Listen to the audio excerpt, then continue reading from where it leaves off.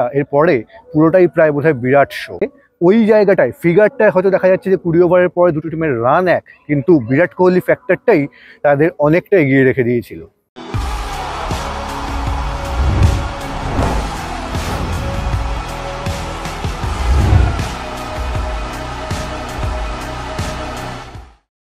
নমস্কার, উইলে আবার আপনাদের সকলকে স্বাগত জানাই। চ্যাম্পিয়ন্স ট্রফি 2025-এর প্রথম সেমিফাইনালে অস্ট্রেলিয়াকে 4 উইকেটে হারিয়ে প্রতিযোগিতার ফাইনালে পৌঁছে গেল ভারত। প্রায় 14 বছর বাদে আইসিসি ইভেন্টে 50 ওভারের ফরম্যাটে আইসিসি ইভেন্টের নকআউট স্টেজে ভারত অস্ট্রেলিয়াকে হারালো। শেষবার আপনাদের নিশ্চয়ই মনে আছে সেই 2011-এ আহমেদাবাদে বিশ্বকাপ কোয়ার্টার ফাইনালে ভারত হারিয়েছিল অস্ট্রেলিয়াকে, এবং তারপরে আজকে আবার, এবং সেই ম্যাচে আপনাদের নিশ্চয়ই মনে আছে খুব গুরুত্বপূর্ণ একটা ইনিংস খেলেছিলেন গৌতম গম্ভীর, আজকে যিনি ভারতের কোচ। সেই ম্যাচে গৌতম গম্ভীর ছাড়াও ছিলেন বিরাট কোহলি, যিনি আজকে একটা অবিশ্বাস্য ইনিংস খেলে গেলেন, আবারও বুঝিয়ে গেলেন কেন তাকে চেস মাস্টার বলা হয়। তবে কোহলি প্রসঙ্গে আসার আগে বলি যে দিনের শুরুতে টসে হেরে ভারত ফিল্ডিং করতে নামে।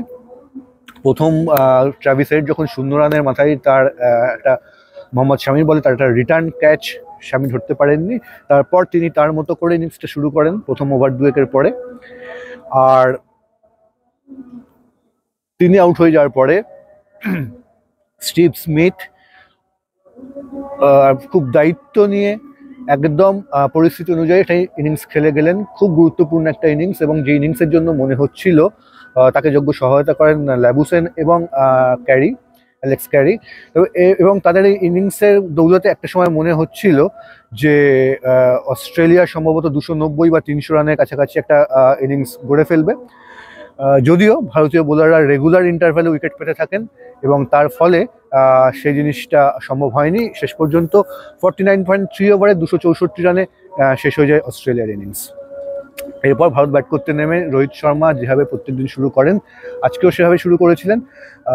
যদিও তার দুটো কঠিন ক্যাচ পড়ে যায়, কিন্তু তারপরেও তার ইনিংসটা দীর্ঘায়িত হয়নি। আর এরপরে পুরোটাই প্রায় বোধহয় বিরাট শো।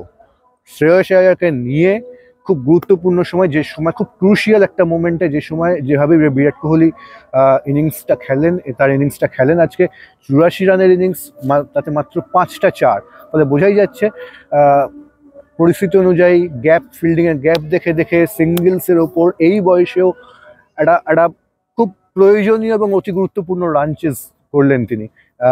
রান চেজকে তিনি নেতৃত্ব দিলেন। চেজ মাস্টার তাকে কেন বলা হয় আজকে প্রমাণ করার, অবশ্যই সাদা বলের ক্রিকেটে বিরাট কোহলির আজকে আর প্রমাণ করার কিছু নেই, কিন্তু তা হলেও আবারও তিনি বুঝিয়ে দিলেন চেজ মাস্টার তাকে কেন বলা হয়। আজকে একটা খুব গুরুত্বপূর্ণ জিনিস, যখন খেলা চলছে, ভারতীয় ইনিংস চলছে, বারবার দেখানো হচ্ছিল যে অস্ট্রেলিয়া কোনো একটা পার্টিকুলার ওভারে অস্ট্রেলিয়ার কত রান, ভারতের কত রান, সেখানে দেখা যাচ্ছিল দুটো টিমই প্রায় নেক টু নেক যাচ্ছে। ফলে ওটা দেখে মনে হতেই পারে যে ম্যাচটা বোধহয় 50-50 ওপেন হয়ে রয়েছে, কিন্তু ওখানে যেটা দেখাচ্ছিল না সেটা হচ্ছে অস্ট্রেলিয়া টিমে কোনো বিরাট কোহলি ছিল না রান চেজ করার জন্য বা ব্যাট করার জন্য, কিন্তু ভারতের হয়ে রানটা চেজ করার নেতৃত্ব দিচ্ছিলেন বিরাট কোহলি। যার ফলে ওই জায়গাটায় ফিগারটায় হয়তো দেখা যাচ্ছে যে 20 ওভারের পরে দুটো টিমের রান এক, কিন্তু বিরাট কোহলি ফ্যাক্টরটাই তাদের অনেকটা এগিয়ে রেখে দিয়েছিল, ভারতকে অনেকটা এগিয়ে রেখেছিল। তবে এত কিছু ভালো কথা বললেও পরেও একটা কথা বলতেই হচ্ছে, 84 রানের মাথায় যখন KL Rahul free flowing batting করছেন, ম্যাচটা পুরো গ্রিপে, সেই সময় ইনিংসের প্রথম অপ্রয়োজনীয় শটটা না খেললেই বোধহয় পারতেন তিনি। যাই হোক, তাতে ম্যাচের ফলাফলের উপর কোনো প্রভাব পড়েনি, এটাই সবচেয়ে বড় কথা, সবচেয়ে সুখের কথা, সবচেয়ে আনন্দের কথা। তবে আর একজনের কথা বলতেই হবে, তিনি শ্রেয়স আইয়ার। পাকিস্তান ম্যাচ, এর আগে গতদিনের নিউজিল্যান্ড ম্যাচের পর আজকে আবার একটা খুব গুরুত্বপূর্ণ ইনিংস খেললেন।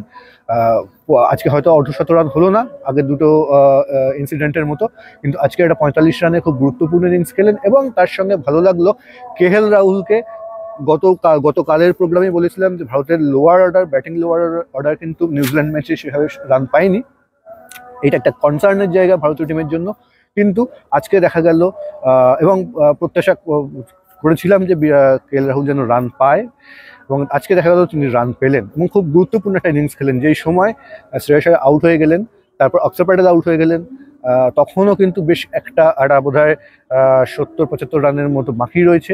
সেই জায়গায় এসে তিনি যে ইনিংসটা খেললেন এবং যেভাবে যখন প্রয়োজন সেইভাবে চার্জ করলেন কখনো কখনো, এবং বিরাট কোহলির ওপর থেকে খানিকটা প্রেশার নামিয়ে নিলেন, সেটা অবশ্যই প্রশংসার দাবি রাখে।